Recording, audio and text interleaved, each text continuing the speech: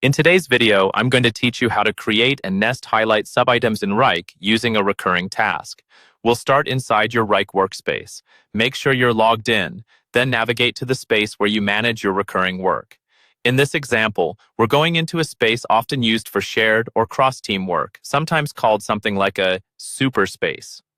Once you're there, switch to the table or list view where you can see all your tasks laid out in rows. This view makes it much easier to work with recurring tasks and subitems. Next, look for the recurring task that's set up for today's date.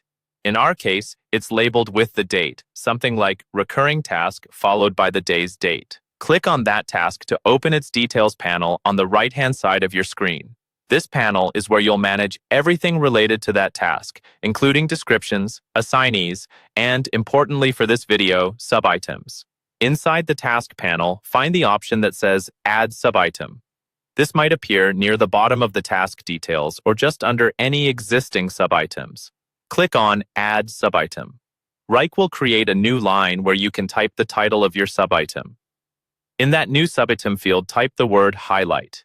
This could be used as a label for anything you want to stand out in your recurring task, such as key actions, important notes, or daily priorities.